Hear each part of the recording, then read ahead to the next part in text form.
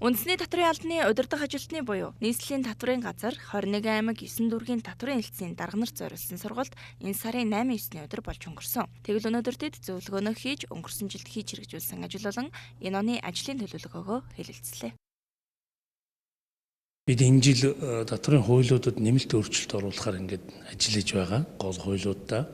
Тэгэхээр энэ хуулиудын талаар бас энэ хүмүүсийн санал юмнуудыг бас авдаг. Орон нутагт ажиллаж байгаа хэлтсийн дарга нар одоо бас саналаа хэлдэг. За мөрдөж байгаа дүрм журам юмнууд маань бас болохгүй бол тэрийг бас бид нар ярьдаг. За тэгээ хамгийн гол асуудал бол одоо энэ 2017 онд бид жишээлбэл татврын төлөгчдийн бүртгэлийг сайжруулж татврын хуулийн хэрэгжилтийг хангах ийм зорилт төвшүүлсэн 17 онд. Татврын албаны хүн хүч оронтой хязгаарлагдмал, төсөв санхүү нь бас хязгаарлагдмал.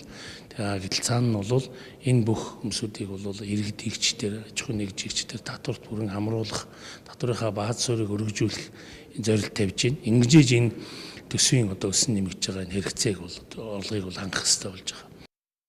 Хөвсгөл аймгийн хувьд хүн амын тоогоор бусад аймагт тэргүүлдэг учраас 40 гаруй мянган татвар төлөгч иргэд байдгийн байна. Тус аймгийн хувьд өнгөрсөн онд татврын орлогын бүртгүүлэлтийг 103%-аар давуулан биелүүлсэн амжилттай ажиллажээ.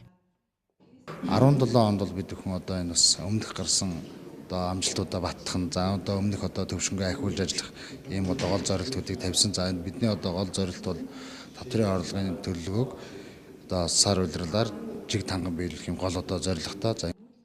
Эдийн засгийн хүнд үедээ нур тулсан учраас татврын орлогыг нэмэгдүүлэх зайлшгүй шаардлага тулгарч байна. Гэхдээ одоогийн татвар төлөгчдод дарамт шахалдуулахгүйгээр татврын бүртгэлийн системд технологийн дэвшлиг ашиглан сайжруулалт хийж татвартай холбоотой хуулиудад оновчтой нэмэлт өөрчлөлтүүдийг оруулахаар татврын албаныхан зөвлөгөөнөөр санал бодлоо солилцсон юм а.